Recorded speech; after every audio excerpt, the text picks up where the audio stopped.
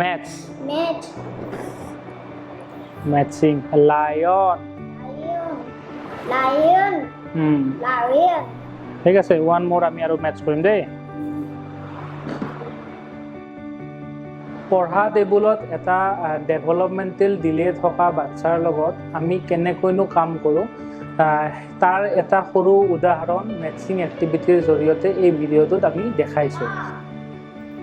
তো এই ভিডিঅ'টোত আপুনি দেখিছে শিশুটিক দুটা এক্টিভিটি দিয়া গৈছে মিলাবৰ কাৰণে।